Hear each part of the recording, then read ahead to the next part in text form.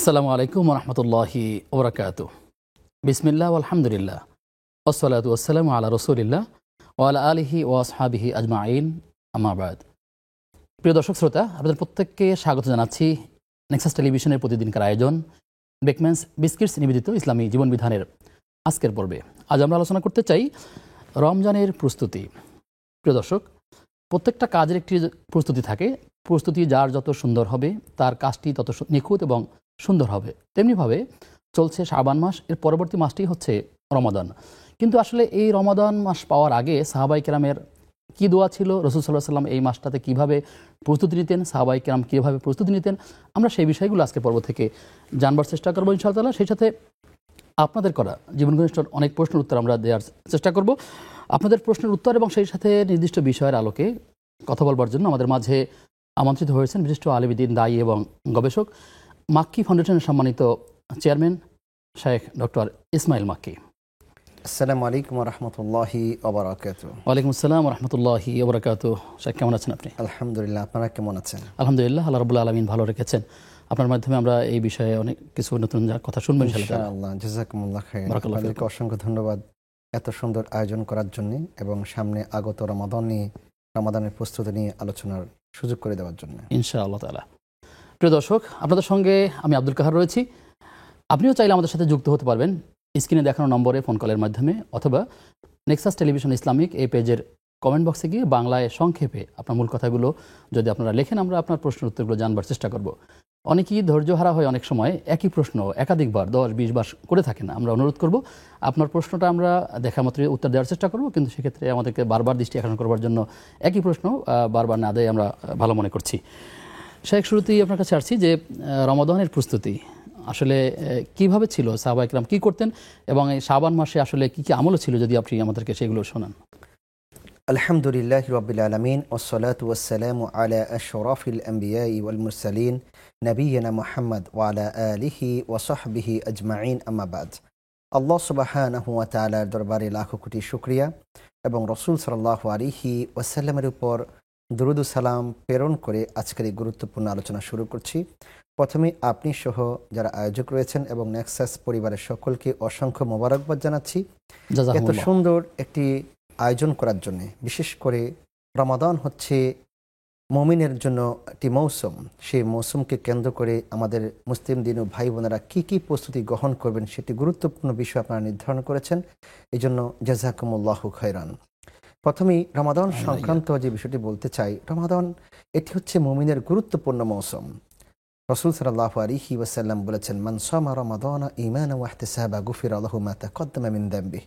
যে ব্যক্তি রমাদানের সিয়ামগুলোকে ঈমান এবং ইহতিসাবের সহিত সওয়াব অর্জনের আশায় ঈমানের সহিত সে পালন করলো, রব্বি করিম তার জীবনের অতীতের সকল গুনাহগুলোকে ক্ষমা করে দিবেন। সুবহানাল্লাহ। কোরআন আমাদের সংবিধান। এই কোরআনকে অবতীর্ণ করা হয়েছে এই রমাদান মাসে। শাহরু রমাদান আল্লাযী উনজিলা ফীহিল কোরআন হুদাল লিন-নাস ওয়া বায়্যিনাতিন মিনাল হুদা ওয়াল ফুরকান। রমাদান মাসে আমি এই কোরআন অবতীর্ণ করেছি মানুষের হেদায়েত স্বরূপ, মানুষের পথ প্রদর্শক হিসাবে, গাইডলাইন হিসাবে। যদি মুমিন মুসলমান তার জীবনের জন্ম থেকে মৃত্যু পর্যন্ত এই কোরআনকে গ্রহণ করতে পারে, ধারণ করতে পারে তার বুকের মধ্যে, তার জীবনের প্রত্যেকটি ক্ষেত্রে কোরআনকে গাইডলাইন হিসেবে গ্রহণ করতে পারে, তাহলে রাসূল সাল্লাল্লাহু আলাইহি ওয়াসাল্লাম যে বলেছেন, লান তাদিল্লু মা তামাসসাকতুম বিহিমা, কখনো তোমরা পথভ্রষ্ট হবে না, সেটির বাস্তবায়ন আমরা আমাদের জীবনে এবং বাস্তবতা দেখতে পাবো। যে বিষয়টা আপনি বলেছেন, এই রমাদানকে কেন্দ্র করে আমরা কি কি আমল করতে পারি, কি প্রস্তুতি নিতে পারি, জি আমরা সেই প্রস্তুতির কথাগুলো আপনার থেকে জানবো। দর্শক যুক্ত হচ্ছেন, প্রিয় দর্শক কে আছেন পরিচয় দিয়ে প্রশ্ন করুন, এবং তার আগে অবশ্যই টেলিভিশনের ভলিউম কমই আমাদেরকে প্রশ্ন করবেন ইনশাআল্লাহ তাআলা। আসসালামু আলাইকুম। জি ওয়ালাইকুম আসসালাম। হুজুর, আমি নীলা বলছিলাম পাবনা সদর থেকে। দুটো প্রশ্ন করব হুজুর। ফার্স্ট প্রশ্ন হচ্ছে, এই যে আল্লাহুম্মা আজিরিনি মিনান নার বা আল্লাহুম্মা ইন্নী আসআলুকা রিদাকাল জান্নাতুল ফিরদাউস, এই এই এই দোয়াগুলো ফজর আর মাগরিবে মানে 7 বার 8 বার পড়ি। তো এটা কি ফজর আর মাগরিবেই পড়তে হবে নাকি অন্য ওয়াক্তে পড়তে পারবো? মানে সুন্নাহ কোনটা এটা একটু বলে দিবেন। আর হুজুর, গত বছরের রহমতের মাসে যদি রোজা মানে কিছু বাকি থাকে, এই রোজাগুলো কি আমার এই বছরের রোজা শুরু করার আগেই করে ফেলতে হবে না আমি পরেও করতে পারবো?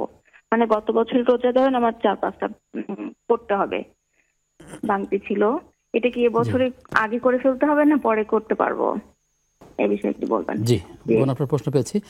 আমাদের সাথে আরো একজন দর্শক যুক্ত হয়েছেন। দর্শক কে আছেন? দুঃখিত, সংযোগ বিচ্ছিন্ন হয়েছে। শেখ, আপনি বলছিলেন প্রস্তুতির প্রথম পয়েন্ট যদি আপনি আমাদের শোনান। জি, রমাদানের কিছু প্রস্তুতি আছে। আমরা যদি প্রস্তুতির বিষয়ে যদি আমরা কথা বলি বা আমাদের মাথায় আসে, যে কোনো বিষয়ের জন্য কিন্তু প্রস্তুতি হয়ে থাকে। যেমন এই যে আপনারা একটি সুন্দর প্রোগ্রাম আয়োজন করেছেন, এর আগে অনেক প্রস্তুতি নিতে হয়েছে, অনেক কিছু সেট করতে হয়েছে, আমাদেরকে প্রস্তুতি নিয়ে দূর থেকে আসতে হয়েছে। যে প্রিপারেশন বিষয়টা, এটা সব জিনিসের জন্য আছে। আর মুসলিম মুমিনের জন্য গুরুত্বপূর্ণ একটি মাস হচ্ছে রমাদানের মাস। সেই রমাদান মাসের জন্য অবশ্যই প্রস্তুতি থাকবে। তার মধ্যে এক নম্বর যে বিষয়টি আমাদের খেয়াল রাখা দরকার, এক নম্বর হচ্ছে প্রস্তুতি স্বরূপ আমার নিয়াকে পরিশুদ্ধি ঘটানো। আর নিয়া আর সলেহা যাকে বলা হয়, যে নিয়তের মধ্যে যদি কোনো গরমিল থাকে সেটাকে পরিপূর্ণভাবে লিল্লাহ করতে হবে, একমাত্র আল্লাহর জন্য লিল্লাহ করতে হবে। ইন্নামা উমিরু লিয়াবুদুল্লাহ মুখলিসিনা লাহুদ্দিন, আমাদেরকে আদেশ করা হয়েছে শুধুমাত্র আমা উমিরু লিয়াবুদুল্লাহ আমা উমিরু, যে আয়াতের শেষাংশে আল্লাহ রাব্বুল আলামিন বলেছেন যে তোমাদেরকে শুধুমাত্র ইখলাস সহকারে রাব্বি কারীমের ইবাদত করার জন্য নির্দেশ দেওয়া হয়েছে। ইন্নামাল আমালু বিন্নিয়াত, আমার নিয়ত যেটি সেটির উপর ডিপেন্ড করবে আমার কাজের ফলাফল। তাহলে আমার নিয়ত যদি কোনো গরমিল থাকে সেটাকে পরিশুদ্ধ ঘটাতে হবে। দুই নাম্বার হচ্ছে রাসূল দ্বিতীয়টা আমরা যাব, দর্শকের ফোনটা নিয়ে আসি। জি ইনশাআল্লাহ। প্রিয় দর্শক কে আছেন? আসসালামু আলাইকুম। আসসালামু আলাইকুম। ওয়ালাইকুম আসসালাম ওয়া রাহমাতুল্লাহ। জি ভাই, আমি ডোমার থেকে বলতেছি। আমার হলো স্টক করছি, বুঝলেন? জি, স্টক করছি তো আমার আমার এই শারীরিক সমস্যা আছে, সমস্যা। কিন্তু এই আমার ওই একটা জানতে চাচ্ছি যে আমার পশম নিচের আর পশমগুলো কাটা। দর্শক আপনি অসুস্থ এটা বলছে, এরপরে কি বলছেন? যে আপনি অসুস্থ আছেন? জি জি জি, আমার এই কাটার জন্য মানে কি ব্যবস্থা করা যায়? জি জি, আমি ওই নিচের আর সাইটের, হাতের সাইটের যে লোমগুলা কাটার জন্য মানে কি ব্যবস্থা করা যায় আর কি। আচ্ছা ঠিক আছে প্রিয় ভাই, আপনি থাকুন আমাদের সাথে। আমি স্টক করছি তো। জি জি ঠিক আছে, আপনি থাকুন আমাদের সাথে, আমরা আসবো আপনার কাছে। শেখ, আপনি বলছিলেন যে দ্বিতীয় পয়েন্টটি রমাদানের প্রস্তুতি, হচ্ছে নিয়তের পরিশুদ্ধি ঘটানো। দুই নাম্বার হচ্ছে রাসূল সাল্লাল্লাহু আলাইহি ওয়াসাল্লামের শিখানো দোয়া করা। আল্লাহ রাসূল সাল্লাল্লাহু আলাইহি ওয়াসাল্লাম যখনই শাবান মাস তার কাছে উপনীত হতো, রজব মাস থেকে তিনি দোয়া করতেন, আল্লাহুম্মা বারিক লানা ফি রজব ওয়া শাবান ওয়া বাল্লিগনা রমাদান। রমাদান মুমিনের জন্য একটি কল্যাণকর মাস। সেই মাসে উপস্থিত হতে পারা, থাকতে পারা, জীবিত থাকা, এটা একটি কল্যাণের কাজ। এই জন্য আল্লাহ রাসূল দোয়া করতেন, আল্লাহ আমাদেরকে তুমি রজব এবং শাবানে বারাকা দান করো এবং রমাদান পর্যন্ত আমাদেরকে পৌঁছিয়ে দাও। তিন নম্বর হচ্ছে বেশি বেশি সিয়াম পালন করার চেষ্টা করা। রাসূল সাল্লাল্লাহু আলাইহি ওয়াসাল্লাম এই মাসে সবচেয়ে বেশি সিয়াম পালন করেছেন। আপনি তিনটা পয়েন্ট বলেছেন। যেহেতু দর্শকদের ফোনের অনুষ্ঠান আমাদের, আমরা ফোন নিয়ে আসি আপনার কাছে। প্রিয় দর্শক কে আছেন? আসসালামু আলাইকুম। আসসালামু আলাইকুম ওয়া রাহমাতুল্লাহ। ওয়ালাইকুম আসসালাম ওয়া রাহমাতুল্লাহ। শেখ, আমি বাড়িধারা থেকে মৃত্তিকা মনি বলছিলাম। জি বোন মিথিলা, ধন্যবাদ আপনাকে। শেখ, আমার দুটো কোয়েশ্চেন আছে। আমার ফার্স্ট কোয়েশ্চেন হচ্ছে, আমি রিসেন্টলি শুনলাম আমার একজন নেইবার উমরা করতে যাওয়ার নিয়ত করে একজন লোককে টাকা দিয়ে উনি চিটেড হয়েছেন, উনি যেতে পারছেন না। জি, তো এই যে উনি প্রতারিত হলেন, ওনার স্ট্যাটাসটা আল্লাহর কাছে কি হবে? উনি নিয়ত করে যে যেতে পারলেন না। আচ্ছা। আর আমার সেকেন্ড কোয়েশ্চেন হচ্ছে যে অনেক লোক দেখা যায় যে হজ যাওয়ার নিয়ত করে বা অনেকে নিবন্ধনও করে, কিন্তু শেষ পর্যন্ত তারা যাওয়া হয় না, হয়তো বা সে দেখা যায় সে মারা গেল। তো এইসব মৃত মানুষদের ক্ষেত্রে এই যে নিয়ত করে ওনারা যেতে পারে না, ওনাদের স্ট্যাটাসটা আল্লাহর কাছে কি হবে? আচ্ছা ঠিক আছে বোন, আপনি থাকুন আমাদের সাথে, আমরা জানবো ইনশাআল্লাহ তাআলা। সেখানে বলছিলেন যে রমাদানের আল্লাহ তাআলার নিয়তের পরিশুদ্ধতার কথা বলেছেন, দোয়ার কথা বলেছেন। এরপরে বলেছি বেশি বেশি করে সিয়াম পালন করা, কারণ যেহেতু পরবর্তী একটি মাসে তাকে পুরো মাস সিয়াম পালন করতে হবে।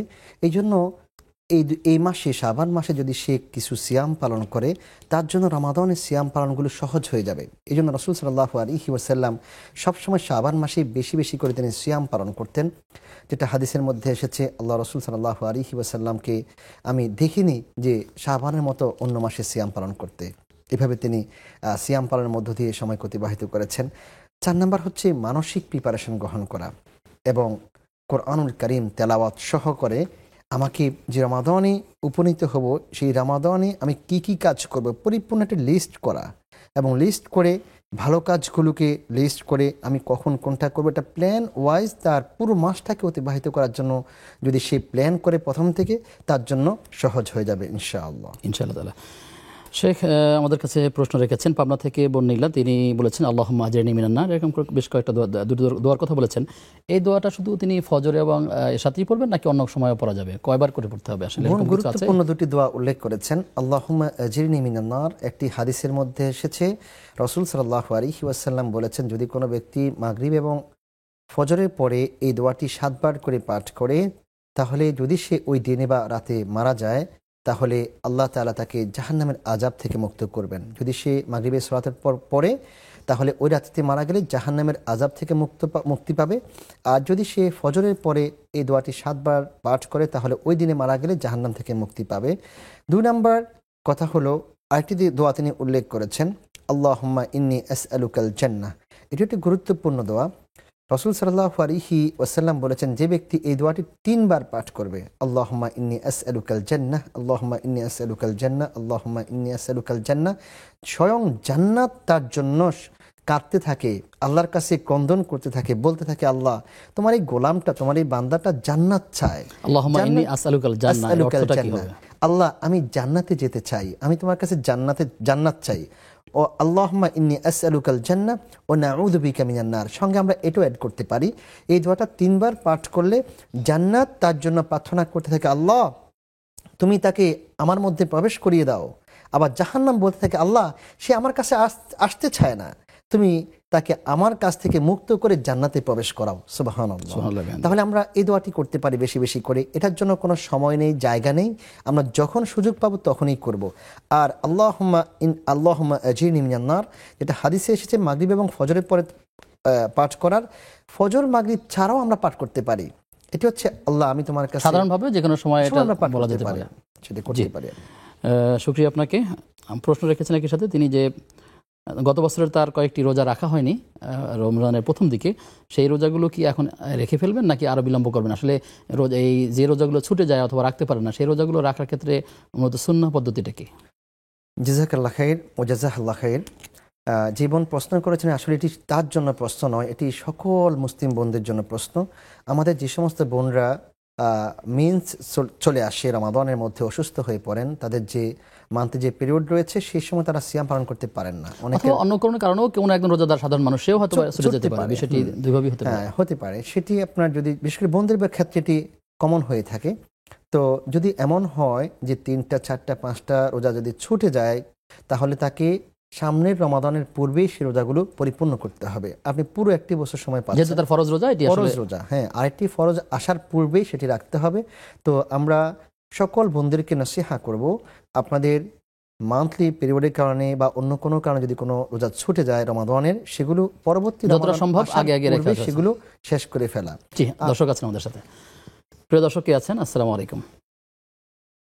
রাহমাতুল্লাহ বরকাতুহু। হুজুর, আমি ধর্মপাড়া সুনামগঞ্জ থেকে ইউনুস বলছিলাম। জি প্রিয় ভাই ইউনুস, আমার 3টে প্রশ্ন। প্রথম প্রশ্ন হলো, জুম্মার দিন যে ব্যক্তি রাসূল সাল্লাল্লাহু আলাইহি সাল্লামের উপর 80 বার দুরূদ শরীফ পাঠ করে, আল্লাহ রাব্বুল আলামিন তার 80 বছরের গুনাহ মাফ করে দেবেন, এটা কি সহিহ হাদিস?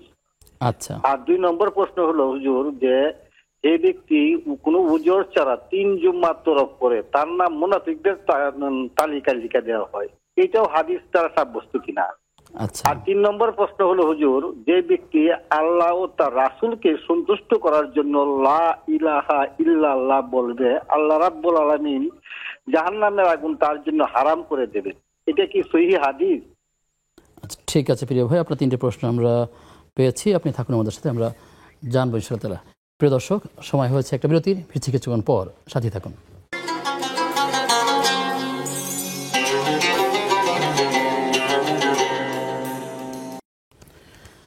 বিরতির পরে সবাইকে আবারও স্বাগত জানাচ্ছি নেক্সাস টেলিভিশনের প্রতিদিনকার আয়োজন বেকম্যানস বিস্কিটস নিবেদিত ইসলামী জীবন বিধানের আজকের পর্বে আপনাদের সঙ্গে আব্দুল কাহার রয়েছি, এবং আমাদের সঙ্গে যুক্ত আছেন ডক্টর শেখ ইসমাইল মাক্কি।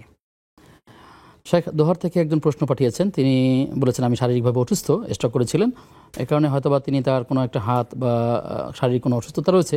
তিনি বলেছেন তার শারীরিকভাবে যদি পরিচ্ছন্ন হতে হয় তাহলে সেক্ষেত্রে কীভাবে পরিচ্ছন্ন হবেন? তিনি অসুস্থ, এক্ষেত্রে কার সহায়তা নেবেন বা কী করবেন? প্রথমত হচ্ছে এটি প্রত্যেক মুমিন মুসলমানের জন্য জরুরি একটি বিষয়, যাতে করে আমাদের যে সমস্ত বিষয়গুলো পরিষ্কার পরিচ্ছন্ন করা দরকার, নাভির নিচ, বগলের নিচ, সেগুলো 40 দিনের বেশি যাতে করে না হয়ে যায় সেদিকে খেয়াল রাখতে হবে।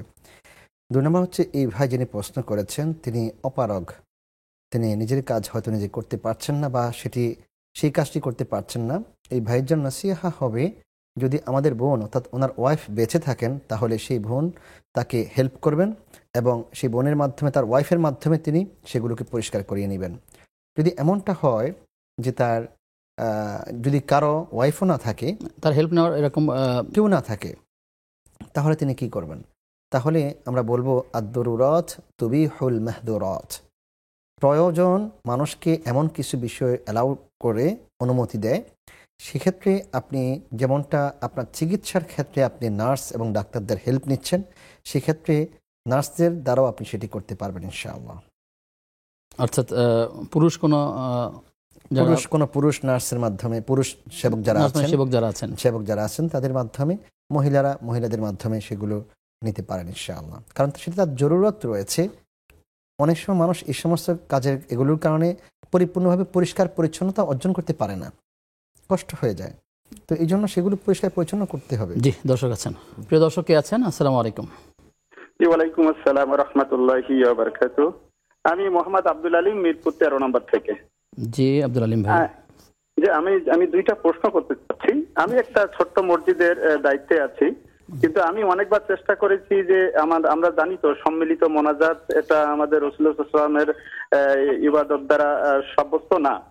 তারপরেও মানুষ যখন জুমার দিনে বিভিন্ন মানুষ দোয়া চায় অসুস্থতার জন্য, এখন এইটা কি ইস্যু করে ওনারা মোনাজাত করেন। আমার একটা প্রশ্ন হলো যে রাসূলুল্লাহ সাল্লাল্লাহু আলাইহি ওয়াসাল্লাম এবং সাহাবীদের খোলাফায়ে রাশিদিনের আমলে তা ওনারা কেউ অসুস্থ হলে কিভাবে দোয়া চাইতেন? সেটা কি নামাজে এইভাবে সম্মিলিতভাবে মোনাজাত করতেন? আরেকটা বিষয় হলো যে আমরা হানাফি মাযহাবের, এটা কি ইমাম আবু হানিফা রাহমাতুল্লাহ আলাইহি উনি কি মোনাজাত করতেন, সম্মিলিত মোনাজাত করতেন কিনা? আচ্ছা, 2 নম্বর প্রশ্নটা হচ্ছে আমি বাড়িতে যাই, আমার বাড়িতে আমার কিছু জমি জায়গা আছে বিলেন, কিন্তু আমার ভিটা বাড়িতে আমার কোনো ঘর নাই, ঘর ছিল ভেঙে গেছে, এখন নতুন ঘর দেইনি। আমি ঢাকাতে থাকি, মিরপুর 13-তে। তো হয়তো 5-7 দিনের জন্য আমি বাড়িতে যাই, আমার ছোট ভাইয়ের ঘরে থাকি। কারণ সেখানে গেলে কি আমার নামাজ কসর হবে না আমার সম্পূর্ণ নামাজ পড়তে হবে? ঠিক আছে প্রিয় ভাই, আপনি থাকুন আমাদের সাথে, আমরা প্রশ্নের উত্তরগুলো জানবার চেষ্টা করবো ইনশাআল্লাহ তাআলা। শেখ আমাদেরকে প্রশ্ন রেখেছিলেন বোন মিথিলা, তিনি জানতে চাচ্ছেন যে কেউ যদি ওমরা নিয়াত করে, টাকা পয়সা জমা দেয়, এরপরে যদি কোনো প্রতারকের খপ্পরে পরে সে যেতে না পারে, তার সম্পদ হারিয়ে ফেলে বা পুঁজি না থাকে, অথবা যদি কেউ হজের নিয়াত করেন, রেজিস্ট্রেশন করেন, এরপর যদি সে মারা যায় বা অন্য কোনো বড় ধরনের অসুস্থতা হয় যে কারণে তার যাওয়া হচ্ছে না, সেক্ষেত্রে এই ওমরা এবং হজের নিয়মটা কি হবে এবং সব পাবেন কিনা বা করণীয়টা কি? জাযাকাল্লাহ খাইর ও ইয়াসসারাল্লাহু আমরা হাদাল ওয়াক্ত। জীবন প্রশ্ন করেছেন, আল্লাহ তাআলা তার কাজকে সহজ করে দিন। প্রথমত হচ্ছে আমাদেরকে সতর্ক হয়ে কাজ করতে হবে। এখানে যে কোনো লোক আপনার উমরাতে নিচ্ছে, আপনাকে যেতে বলেছে, আপনি তার সঙ্গে যাবেন, টাকা দিবেন, এটি একটু জেনে বুঝে আপনাকে টাকা পে করতে হবে। আমাদের অনেক আলেম ওলামারা কাজ করছেন, অনেক দায়ীরা ভালোভাবে সুন্দরভাবে ব্যবস্থাপনা পরিচালনা করছেন, তাদের সঙ্গে যোগাযোগ করতে হতে পারে। আমার মনে হচ্ছে না যে কোনো আলেম তাকে এরকম টাকা নিয়ে যাবে বা এই ধরনের বিপদে পড়বে, এরকম হবে না ইনশাআল্লাহ। 2 নম্বর হচ্ছে তিনি টাকা যখন জমা দিয়েছেন উমরার জন্য, যেতে পারেন, টাকা মার গিয়েছে, এর জন্য তাকে পুনরায় উমরাতে যেতে হবে না, এটা জরুরি না, এটা সুন্নাহ কাজ। তিনি যে নিয়ত করেছেন তার টাকা মার গিয়েছে, এর মাধ্যমে তিনি রাব্বে কারীমের পক্ষ থেকে আজর বা সওয়াব পেয়ে যাবেন ইনশাআল্লাহ তাআলা। হজের ক্ষেত্রে বিষয় হলো, যদি কোনো ব্যক্তি হজের জন্য নিয়ত করেছেন, হজের অ্যাবিলিটি রয়েছে, শারীরিক এবং আর্থিক তার ক্ষমতা রয়েছে, এবং তিনি টাকা দিয়েছেন, দেওয়ার পর নিবন্ধন করলেন, টাকা দিলেন, এর মধ্যে মৃত্যু চলে এসেছে, তিনি মৃত্যুবরণ করলেন, এরকম অনেক ঘটনা আমরা জানি যে হাজী সাহেবরা জেদ্দা পর্যন্ত গিয়েছেন, জেদ্দাতে গিয়ে বাসে উঠেছেন, বাসের মধ্যে বসে আছেন, মক্কায় গিয়ে দেখা গেল যখন তার ওয়াইফ তাকে নাড়া দিয়েছে, দেখা গেল তিনি পড়ে গিয়েছেন, তিনি দুনিয়া মারা থেকে বিদায় গিয়েছেন, হয়ে গেছেন। হ্যাঁ মারা গিয়েছেন আর অনেক আগে, এরকম অনেক ঘটনা ঘটে। তো যদি এমনটা হয় যে আপনার অ্যাবিলিটি ছিল, শারীরিক এবং আর্থিক এবং টাকা জমা দিয়েছেন, এর মধ্যে মৃত্যু হয়ে গিয়েছে, তাহলে সেই ভাইয়ের পক্ষ থেকে অন্য কাউকে পাঠিয়ে হজ করাতে হবে, বদলি হজ করাতে হবে। কারণ তিনি স্বাবলম্বী ছিলেন এবং সক্ষম ছিলেন, এই জন্য এটা দায়িত্ব হচ্ছে তার পরিবার পরিজন যারা বাকি আছেন, ছেলে সন্তান ওয়াইফ, তারা দায়িত্ব নিয়ে হয়তো তাদের পরিবারের কাউকে পাঠাবেন, হ্যাঁ শেষ করাবেন। আর যারা হজে চলে গিয়েছেন, একবারে নিয়ত করে মক্কা আল মুকাররমা চলে গিয়েছেন, হজ করতে পারেননি, তার জন্য বদলি করাতে হবে না, বরং তার জন্য বোনাস সওয়াব হচ্ছে সে যে ইহরাম পরে মক্কা আল মুকাররমায় উপস্থিত হলো তালবিয়া পাঠ করতে করতে, সে যে লাব্বাইক বলতে বলতে উপস্থিত হয়েছে এবং সে এভাবে মারা গিয়েছে, তার এই অবস্থায় রাব্বি করিম তাকে কিয়ামতের মাঠে উঠাবেন। সুবহানাল্লাহ। ইহরাম পরে সে উঠবে, তার চেহারা খালি থাকবে, মাথা খালি থাকবে, তাকে যখন এভাবে উঠানো হবে আল্লাহ বলবেন তুমি এভাবে আসছো কেন? আল্লাহ তুমি তো আমাকে ইহরাম পরা অবস্থায় তোমার কাছে ডাক দিয়েছো, আমি তো সেভাবেই মৃত্যুবরণ করেছি। সুবহানাল্লাহ, এটা বড় কাজ। এবং শুধু তাই নয়, যত বছর কিয়ামত পর্যন্ত হজ হবে, যে ব্যক্তি ইহরাম পরে হজের জন্য বের হয়ে গেল, হজ করতে পারলো না, মৃত্যু চলে আসলো, প্রত্যেক বছর একটি কবুল হজের সওয়াব তার আমলনামায় দেওয়া হবে। সুবহানাল্লাহ। কাজে যেটা আপনি করতে পারেননি, যেতে পারেননি, টাকা আপনার হাতে আছে, রওনা হওয়ার পূর্বে মৃত্যু হয়েছে, সেটা বদলি করাবেন। আপনি বের হয়ে গিয়েছেন, চলে গিয়েছেন, সেক্ষেত্রে আর বদলি করাতে হবে না। আল্লাহ তাআলা আমাদের জন্য সহজ করে দিন, আমিন। প্রশ্ন রেখেছেন প্রিয় ভাই ইউনুস, তিনি বলেছেন জুমার দিনে যদি কেউ 80 বার দুরূদ শরীফ পড়ে তাহলে তিনি 80 বছর গুনাহ তার ক্ষমা হয়ে যাবে, এই ব্যাপারটি আসলে সহিহ কিনা বা হাদিস দ্বারা প্রমাণিত কিনা? জুমার দিনে একটি গুরুত্বপূর্ণ সময় আছে। রাসূল সাল্লাল্লাহু আলাইহি ওয়াসাল্লাম বলেছেন জুমার দিনে একটি গুরুত্বপূর্ণ সময়, যে সময় তুমি রব্বি করিমের কাছে যা চাইবে আল্লাহ রাব্বুল আলামিন তোমার সকল চাওয়াগুলোকে পরিপূর্ণ করবেন। আর সেটি হচ্ছে ওলামায়ে কেরাম বলেছেন আসরের পর। এবং সেই সময়ের উত্তম আমল হচ্ছে বেশি বেশি করে রাসূল সাল্লাল্লাহু আলাইহি ওয়াসাল্লামের উপর দুরূদ শরীফ পাঠ করা। তিনি যে 80 বার বললেন, একজন সাহাবী এসে বললেন ইয়া রাসূলুল্লাহ, আমি আপনার কাছে আপনার উপরে দুরূদ শরীফ পাঠ করতে চাই বেশি বেশি করে, কতটুকু করব? থুলুস, দিনের 1/3। আল্লাহ রাসূল বলেন যদি তুমি এর থেকে বেশি করো তোমার জন্য কল্যাণ, তাহলে অর্ধেক দিন করো, যদি এর চেয়ে বেশি করো তোমার জন্য কল্যাণ। আমি যদি পুরো সময়টাই আপনার উপরে দুরূদ শরীফ পাঠ করি, হ্যাঁ, তাহলে আল্লাহ রাব্বুল আলামিন তোমার চিন্তা পেরেশানিগুলোকে দূর করে দিবেন এবং তোমার গুনাহগুলোকে ক্ষমা করে দিবেন। সুবহানাল্লাহ। তাহলে আমরা এই 80 বার 80,000 বার কেন, আমাদের জীবনের প্রত্যেকটা মুহূর্ত যখনই জবানটা আমার অবসর হবে, সেই সময়ে আমি আমার জবানকে ভিজে ফেলবো এবং স্বচ্ছ করব, সুন্দর করব রাসূল সাল্লাল্লাহু আলাইহি ওয়াসাল্লামের উপর দুরূদ শরীফ পাঠ করার মধ্য দিয়ে। এটা আমরা চেষ্টা করব ইনশাআল্লাহ। ইনশাআল্লাহ তাআলা আল্লাহ আমাদেরকে নেক আমলগুলো করার তৌফিক দান করুন। আমাদের সাথে দর্শক যুক্ত হয়েছেন। দর্শক কে আছেন? আসসালামু আলাইকুম। হ্যালো, আসসালামু আলাইকুম। জি ওয়ালাইকুম সালাম। জি বোন, প্রশ্ন করুন। জি হুজুর, আমি তো উজু করি, প্রথম উজু করি, উজু করি, করার পরে আমার একটা অভ্যাস, দুই একবার আবার আবার কুলি করি, দুই একবার উজু করার থাকে, দুই একবার কুলি করি ফেলে দিই। প্রশ্ন শুনতে পাচ্ছি না ভালোভাবে।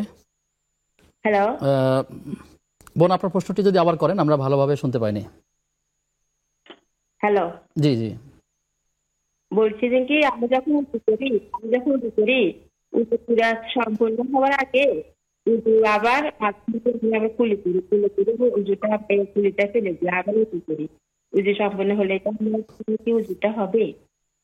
জি বোন, আপনি থাকুন আমাদের সাথে, আমরা চেষ্টা করবো আপনার উত্তর জানবার জন্য। প্রিয় দর্শক, আপনারা দেখছিলেন নেক্সাস টেলিভিশনের প্রতিদিনকার আয়োজন বেকম্যানস বিস্কিটস নিবেদিত ইসলামী জীবন বিধান। সময় হয়েছে আবার একটা বিরতির, ফিরছি কিছুক্ষণ পর, সাথে থাকুন।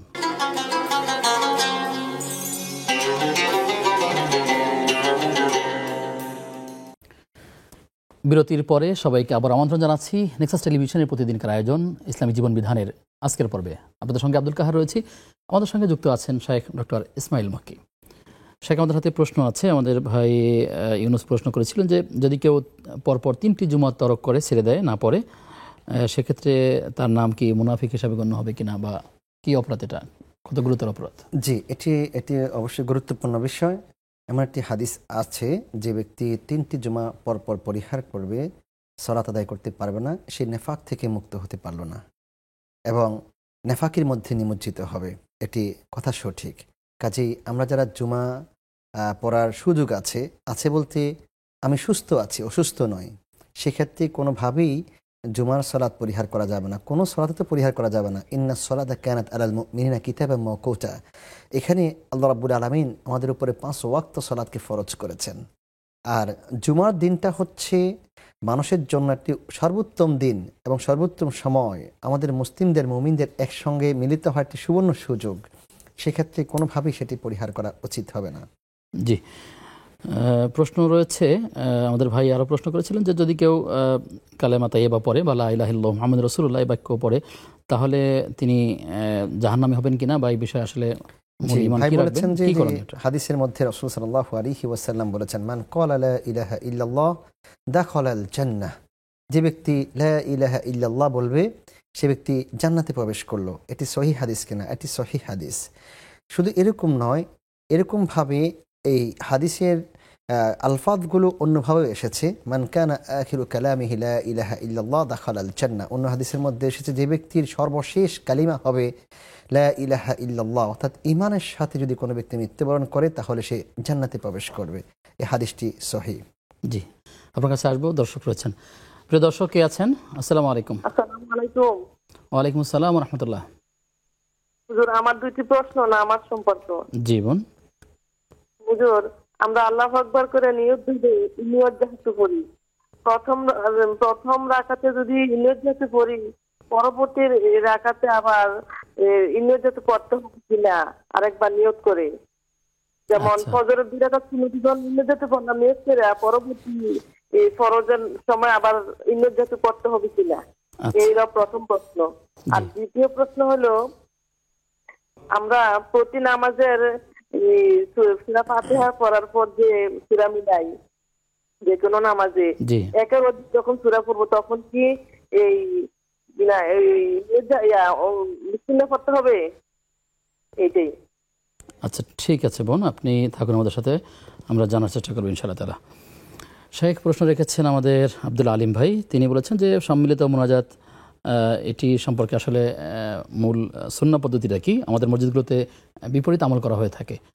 সাহাবায়ে কেরাম কী করেছেন? একই সাথে তিনি বলেছেন যে হানাফি মাযহাবের ইমাম কথা বলেছেন যে সেখানে মুনাজাত করা হতো কিনা, এবং আবু হানিফা রাহমাতুল্লাহ তাআলা জীবদ্দশায় তিনি কি করতেন আমল, যদি আমাদেরকে জানান। জাযাকাল্লাহ খাইর ও জাযাকুল্লাহ খাইর। জি ভাই প্রশ্ন করেছেন, তাকে আল্লাহ জাযায়ে খাইর দান করুন। একটি গুরুত্বপূর্ণ প্রশ্ন আমাদের সমাজের জন্য। প্রথমত হচ্ছে সম্মিলিত মোনাজাত এটি বৈধ কিনা।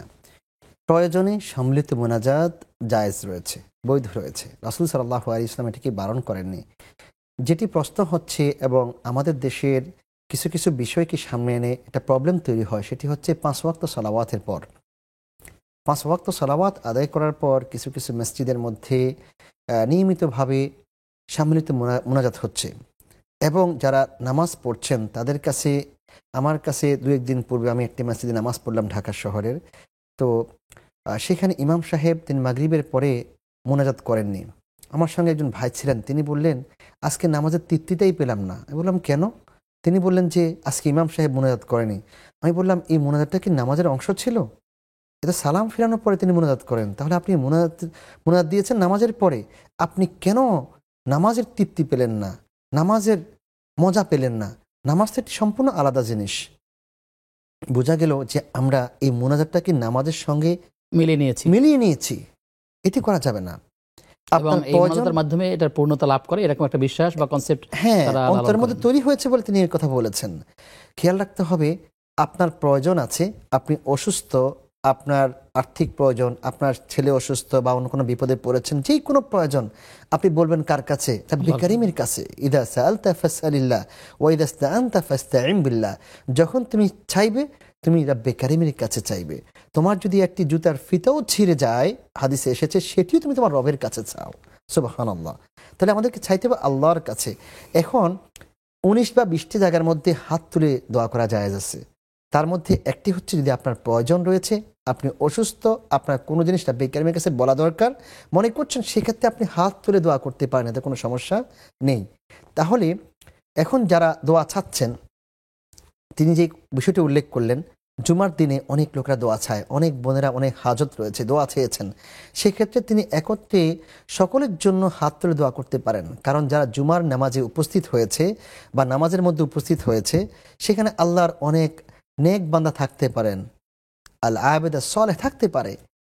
হয়তোবা আপনি যে দোয়া করছেন, রব্বে কারীম তার হাত উঠানোর মাধ্যমেও আপনার দোয়াকে কবুল করতে পারেন। এই জন্য আমরা দোয়া করতে পারি, এতে কোনো সমস্যা নেই। কিন্তু সেই দোয়াটিকে আবশ্যক করে নেওয়া, সবসময় কন্টিনিউ করা, মাঝে মাঝে ছেড়েও দিতে পারেন। জি জি জি, সেটি করা যাবে না, সেটি খেয়াল রাখতে হবে। এক্ষেত্রে আল্লাহ রাসূল সাল্লাল্লাহু আলাইহি ওয়াসাল্লাম এবং সাহাবায়ে কেরাম যখন প্রয়োজন হয়েছে দোয়া করেননি? অবশ্যই করেছেন। আপনারা জানেন বদরের যুদ্ধের কথা, আপনারা জানেন উহুদের যুদ্ধের কথা। বদরের যুদ্ধে রাসূল সাল্লাল্লাহু আলাইহি ওয়াসাল্লাম যখন তিনি 313 জন সাহাবীকে সামনে বাড়িয়ে দিয়েছেন যুদ্ধ করার জন্য, তিনি আরিশ নামক একটি জায়গা আছে, যে জায়গার মধ্যে এখন মসজিদ প্রতিষ্ঠিত হয়েছে, সেই জায়গার মধ্যে তাঁবু টানিয়ে রাসূল সাল্লাল্লাহু আলাইহি ওয়াসাল্লাম আকাশের দিকে হাত উঠিয়ে দোয়া করলেন, আল্লাহ যদি তোমার এই 313 জন মুসলিম মুমিন আজকে শেষ হয়ে যায়, তোমাকে রব বলার মতো কেউ থাকবে না, আল্লাহ তুমি সাহায্য করো। আল্লাহ রাসূলের চোখের পানি পড়ছে, সঙ্গে সঙ্গে রব্বে কারীম সেই জাবালুল মালাইকার মধ্যে হাজার হাজার ফেরেশতা অবতীর্ণ করে সাহাবায়ে কেরামের সঙ্গে দাঁড়িয়ে তারা যুদ্ধ করেছে এবং মুসলমানদের বিজয় নিশ্চিত করেছে। তাহলে এখানে কি আল্লাহ রাসূল হাত তুলে দোয়া করেননি? অবশ্যই করেছেন। তাহলে প্রয়োজনে তিনি হাত তুলে সবাইকে নিয়ে দোয়া করতে পারেন। তো 5 ওয়াক্ত নামাজের পরে কন্টিনিউ দোয়া করা, এটা সুন্নাতের নিয়ম বানিয়ে নেওয়া, রেওয়াজ বানিয়ে নেওয়া এটি উচিত হবে না। জি, আল্লাহ আমাদের বোঝাতে তৌফিক দান করুন। তিনি বলেছেন যে হানাফি মাযহাবের কথা বলেছেন, ইমাম আজম তিনি কি করতেন বিষয়টি? দেখুন, আসলে শুধু ইমাম আজম নয়, আমাদের ইমাম আবু হানিফা রাহিমাহুল্লাহ এবং অন্যান্য আইম্মায়ে কেরাম যারা রয়েছেন, তারা কেউই কিন্তু রাসূল সাল্লাল্লাহু আলাইহি ওয়াসাল্লামের হাদিসের বাহিরে নয়। ইমাম আবু হানিফা রাহিমাহুল্লাহ কি বলেছেন? ফাইদা সাহাল হাদিস ফাহুয়া মাযহাবি, যখন হাদিস সঠিক পাওয়া যাবে, সহিহ পাওয়া যাবে, সেটাই হচ্ছে আমার মাযহাব। ইমাম মালিক একই কথা বলেছেন, তারা সুন্নাহ সম্পর্কে আমল করেছেন। অবশ্যই জি, আসবো আপনার কাছে। দর্শক আছেন না, প্রিয় দর্শক কে আছেন? দুঃখিত, আমরা সংযোগটা বিচ্ছিন্ন হয়ে গেছে। প্রশ্ন করেছেন যে তিনি যখন বাড়িতে যান, গ্রামের বাড়িতে, তখন তিনি থাকেন, যদিও তার নিজের ঘর নাই, তারা ভাইয়ের বাড়িতে থাকেন, এই বাড়িতে থাকাকালীন সময় তিনি কসর পড়বেন নাকি তিনি মুকিম হয়ে যাবেন, বিষয়টা কি? দেখুন, একটি হচ্ছে অতনে একামা, আর একটি হচ্ছে উনি মুকিম থাকছেন, মুসাফির থাকছেন, তিনটি অবস্থা। তিনি নিশ্চয়ই সেই বাড়িতে জন্মগ্রহণ করেছেন এবং সেই বাড়িতে বড় হয়েছেন, 15 দিনের বেশি সেই বাড়িতে নির্ধারিত ছিলেন, তাহলে তার জন্মভূমিতে তিনি যখন যাবেন তখন তিনি তার সালাতকে পরিপূর্ণ করবেন, তিনি মুকিম হয়ে যাবেন। জি, আশা করছি তার জবাব পেয়েছেন। আমাদের সাথে আরো দর্শক যুক্ত হয়েছেন। দর্শক কে আছেন? আসসালামু আলাইকুম ওয়া রাহমাতুল্লাহি ওয়া বারাকাতুহু। জি, ওয়ালাইকুম আসসালাম। ওয়ালাইকুম আসসালাম। জি জি, বোন প্রশ্ন শুনতে চাই। জি জি, আমি জাওয়ালের নামাজ সম্পর্কে জানতে চাচ্ছি। আচ্ছা, ঠিক আছে, আপনি থাকুন আমাদের সাথে। আরেকটা হচ্ছে এশার নামাজের পরে, বেতরের পরে যে 2 রাকাত হালকি নামাজ আমরা পড়ি, ওটার সাথে কি তাহাজ্জুদ নামাজের কোনো সম্পর্ক আছে, যে ওটা পড়লে পরে তাহাজ্জুদ না পড়লেও চলবে? এই বিষয়ে আমি একটু জানতে চাচ্ছি। আচ্ছা, ঠিক আছে বোন, আপনি থাকুন আমাদের সাথে, আমরা জানবো ইনশাআল্লাহ তাআলা। শেখ, আমরা খুব ছোটো ছোটো করে উত্তরগুলো আপনার থেকে নিব। আমাদেরকে প্রশ্ন রেখেছেন যে যখন আমরা উজু শুরু করি, একজন বোন প্রশ্ন করেছেন তিনি উজু করবার পর উজু সর্বশেষ কার্যগুলো সম্পন্ন হওয়ার আগেই যদি আবার তিনি কুলি করা শুরু করেন, তাহলে নতুন করে আবার বাকি কাজগুলো করবেন নাকি আসলে উজুর ক্ষেত্রে কি করণীয় আছে, ধারাবাহিকতা রক্ষা করার প্রয়োজন আছে কিনা? জাযাকাল্লাহ খাইর। এখানে উজু কিভাবে করবেন রব্বে কারীম পবিত্র কোরআনুল কারীমের মধ্যে স্পষ্টভাবে আমাদেরকে শিখিয়ে দিয়েছেন। তুমি যখন তোমার সালাতে দাঁড়াবে, ফাইদা কুমতুম ইলাস সালাহ ফাগসিলু উজুহাকুম ওয়া আইদিয়াকুম ইলাল মারাফিক আমসাহু বিরুউসিকুম ওয়া আরজুলাকুম ইলাল কাবাইন। 4টি কাজের কথা বলা হয়েছে বিত্তারতিব, যে যখন তুমি দাঁড়াবে তখন তুমি অজু করে নেবে, অজুর মধ্যে তুমি হাত ধৌত করবে, চেহারা ধৌত করবে এবং মাথা মাসাই করবে এবং পা ধৌত করবে। এই 4টি কথা বলা হয়েছে। 4টি হচ্ছে অজুর ফরজ বা রকন বলি আমরা। 4টি কাজ ব্যতী রেখে কারো অজু হবে না। এবং সুন্নাহ অনেকগুলো আছে, কিন্তু কুলি করা, নাকে পানি দেওয়া, এগুলো সবগুলো যেগুলো আমরা শিখেছি ছোটবেলায়। কোনো একটি কাজ যদি একাধিকবার করেন তাহলে তার ওযুর কোনো ক্ষতি হবে কিনা, তাই এটা আমি বলছি। সেটা হচ্ছে এখানে আল্লাহ রাব্বুল আলামিন যে 4টি কাজের কথা বলেছেন তারতিব, এখানে ওলামায়ে কেরাম বলেছেন 4টি হচ্ছে রকনটি করতেই হবে। আবার কেউ এর সঙ্গে অ্যাড করেছেন আল মুওয়ালাত, এটিকে তারতিব অনুযায়ী করতে হবে। আবার কেউ বলেছেন তারতিব অনুযায়ী করতে হবে না। কেউ যদি আকবর করেও করেন তাহলে তার অজু হয়ে যাবে। এক্ষেত্রে যদি বোন তিনি আকবর করেন অথবা একটা কাজের আগে আরেকটা করে ফেলেন তাহলে তার অজু হয়ে যাবে ইনশাআল্লাহ। আর যেগুলো মুস্তাহাব সুন্নাহ আছে সেগুলো তো কোনো ব্যাপারে না। আপনার কাছে আসবো বিরতির পর। প্রিয় দর্শক, সময় হয়েছে সর্বশেষ বিরতি নেওয়ার। আপনারা দেখছিলেন নেক্সাস টেলিভিশনের প্রতিদিনকার আয়োজন বেকম্যানস বিস্কিটস নিবেদিত ইসলামী জীবন বিধান। সময় হয়েছে বিরতির, ফিরছে কিছুক্ষণ পর, সাথে থাকুন।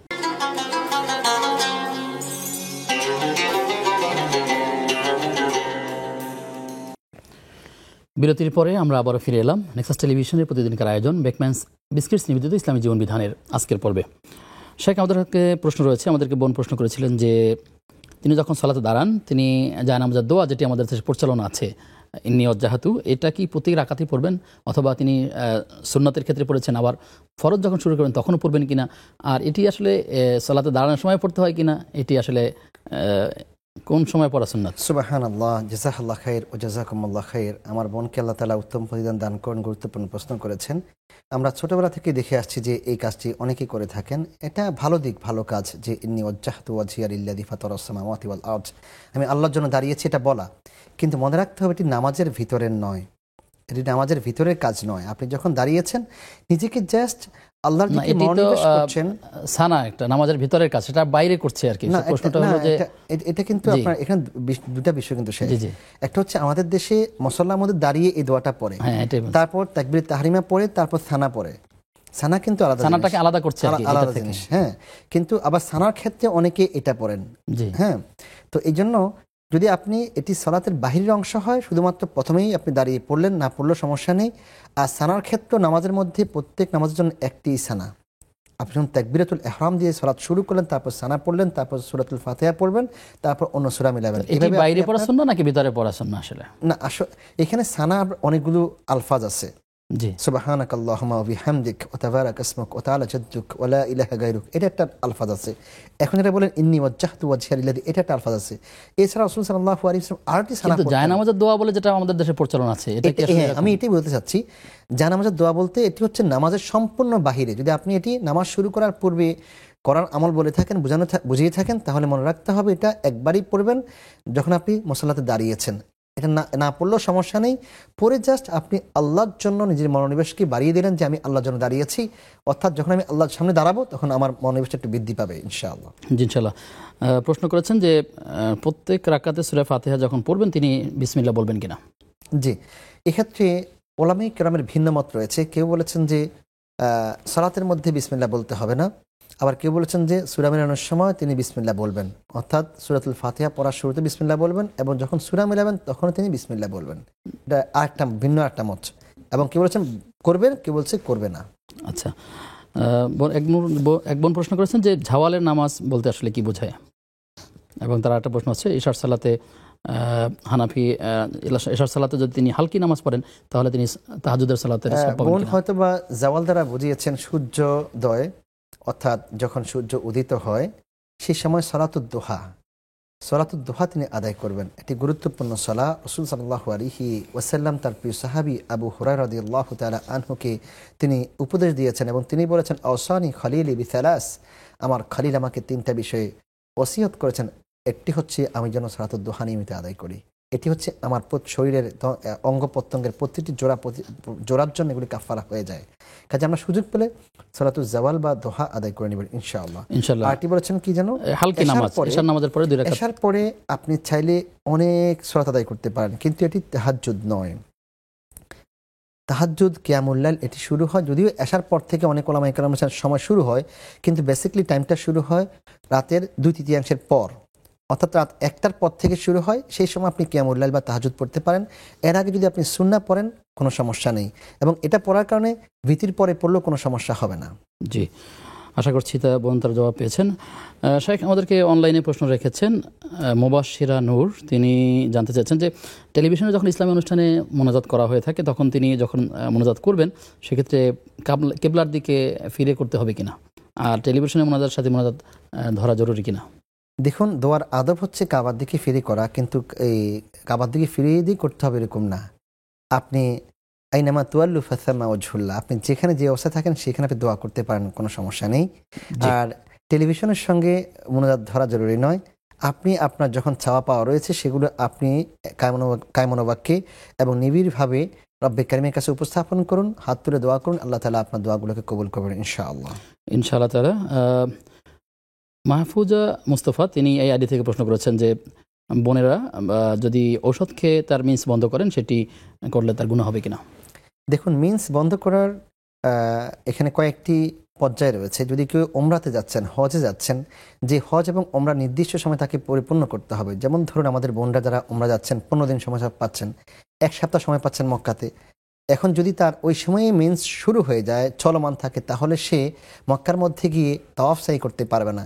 সেক্ষেত্রে আমরা পরামর্শ দিয়ে থাকি যে সেক্ষেত্রে ওষুধ গ্রহণ করে তার মেন্সকে বন্ধ করা যাবে। তবে সেক্ষেত্রে অবশ্যই কোনো মুসলিম ডাক্তারের পরামর্শ নিতে হবে, যাতে করে বোন এমন কোনো সমস্যা না পড়ে যান সে যা তার বাচ্চাই হবে না, বা এই ধরনের কোনো প্রবলেমে ক্রাইসিস যাতে করে না পড়ে যান, এটা খেয়াল রাখতে হবে। জি, আমরা খুব শেষের দিকে চলে আসছি। আপনার থেকে খুব অল্প কথায় উত্তর জানতে চাইবো যে রূপার হিসাবে কত টাকা থাকলে জাকাত দিতে হবে?